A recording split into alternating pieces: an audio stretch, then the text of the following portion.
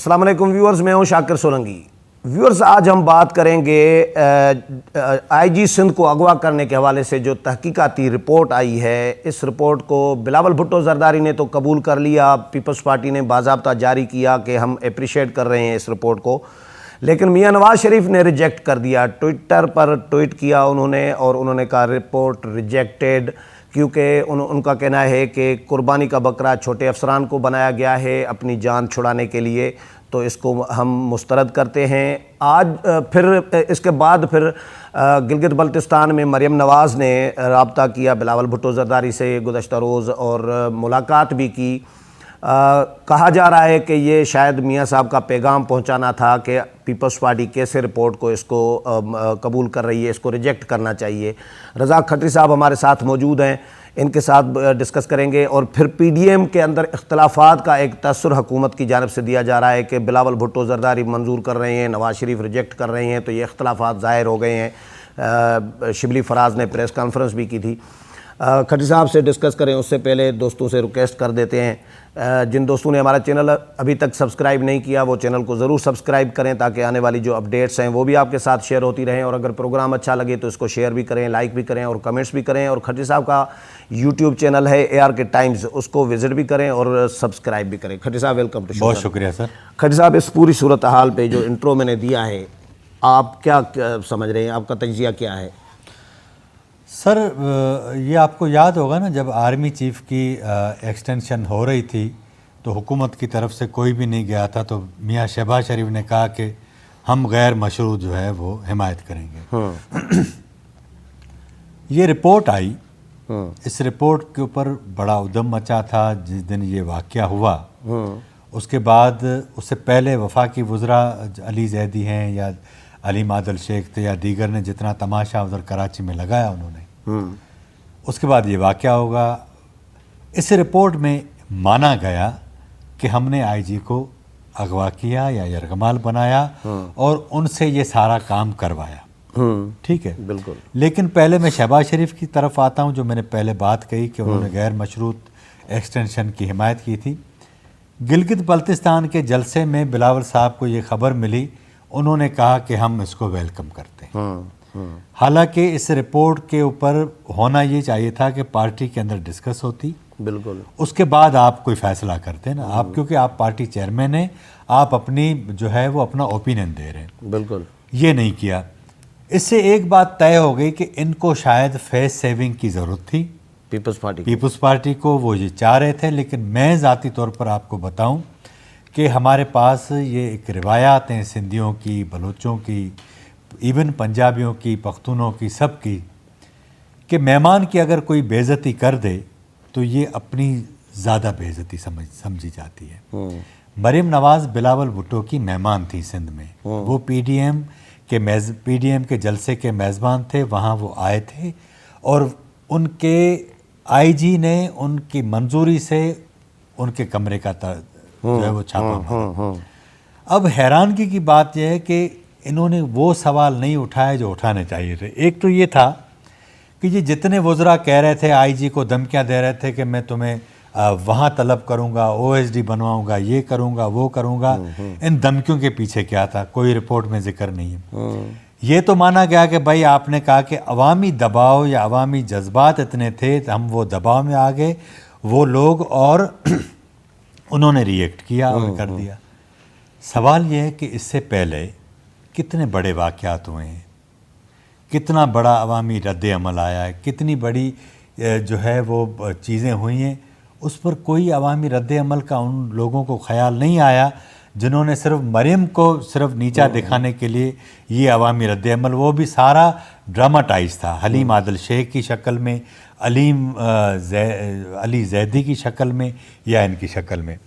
तो इस रिपोर्ट ने बहुत सारे सवालात छोड़े हैं। मियां नवाज शरीफ, क्योंकि बराए रास्त उनकी बेटी की बेइज्जती की गई तो इसलिए उनका रद्द अमल जायज़ लगता है। वो भी एक स्टेक होल्डर हैं इस मामले में, जाहिर है ना। हाँ, बिल्कुल, ठीक है ना? तो अब इस पूरी सूरत हाल में मुझे ये बताएं कि पीपल्स पार्टी ने इंतहाई इतनी जल्दी की है इस रिपोर्ट को कबूल करने में। अच्छा, कम से कम आप 5 घंटे तो लेते ना।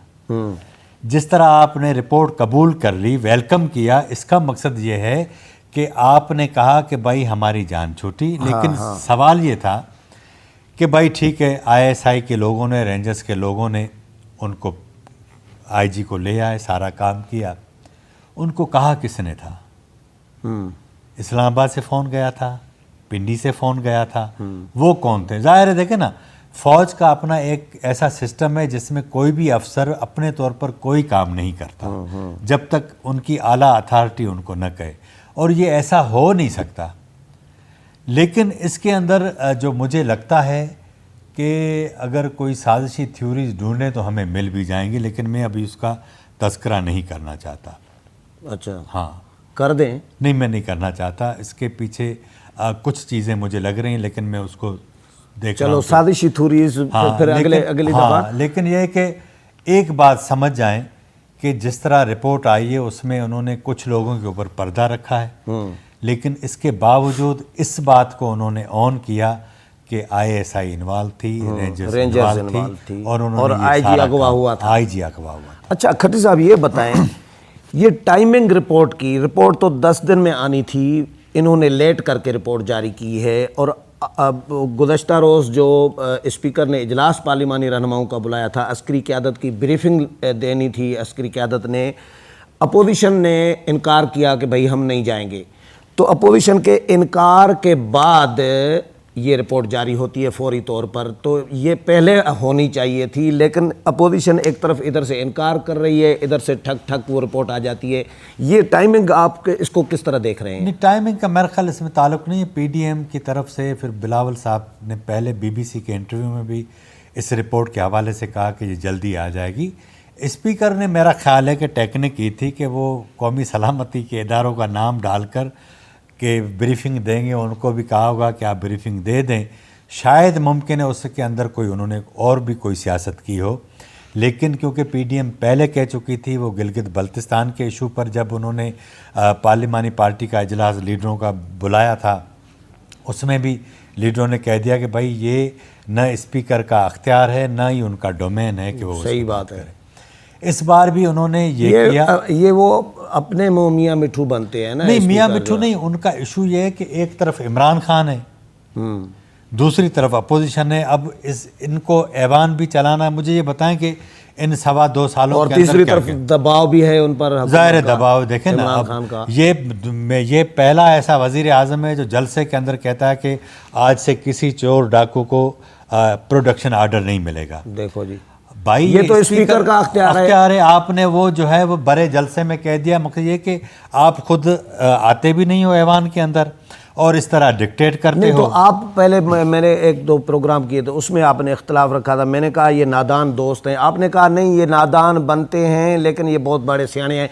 ये सियाने बंदे का काम है कि भरे जलसे में कह दे कि किसी को प्रोटेक्शन आर्डर, भाई तो प्रोटेक्शन आर्डर तेरा काम मैंने कब इमरान खान के लिए कहा? आपने कहा था सियाना है, बड़ा तेज बनता है ये। नहीं तो वो नादान समझो, नादान न समझो। वो हो सकता है मैं क्लिप निकाल के चलाऊंगा फिर वो आप चलाएं, लेकिन मेरा ख्याल किसी दूसरे सेंस में कहा होगा। अच्छा यार, ये तो वो वजीर आजम है कि एक दिन कहता है कि अपोजिशन ने सारा ड्रामा किया हुआ है महंगाई का, दूसरे दिन काबीना में कहता है कि महंगाई ने खाना खराब कर दिया, कुछ करो। हाँ, तो इसके लिए मैं उनको याद भी नहीं रहता कि ये इमरान खान कैफियतों का नाम है। जाहिर है कैफियत, हर लम्हे में अलग अलग कैफियत है उनकी। वो ये पाकिस्तान की सियासी। अच्छा, ये मरियम और बिलावल की मुलाकात, मरियम क्यों मिली बिलावल के साथ? मतलब यही रिपोर्ट और नवाज शरीफ ने रिजेक्ट की है, इन्होंने मंजूर किया, तो इसी मामले पे ही डिस्कशन हुई है?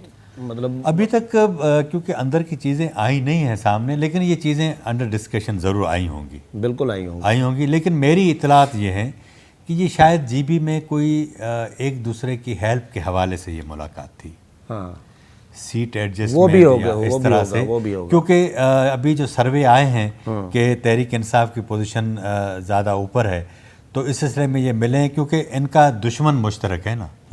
तो ये चाहते हैं कि जहाँ एक दूसरे की मदद करनी है ताकि नून के जहाँ अक्सरियत है नून की हिमायत। दुश्मन नहीं कहते, मुखालिफ कहते हैं सियासी। सर, ये दुश्मन ही है, सियासी मुखालफत नहीं है। अच्छा, ये ज़ातियात पे जो गालियाँ गलौज दे रहे हैं है ना, ये दुश्मनी है ना। वैसे मुखालफत होनी चाहिए, दुश्मनी नहीं होनी चाहिए। मुखालफत तो होनी चाहिए। वो अब जब इमरान खान को कोई एक झटका दो आएंगे फिर सीधा हो जाएगा। चलें चलें, बहुत शुक्रिया खटी साहब।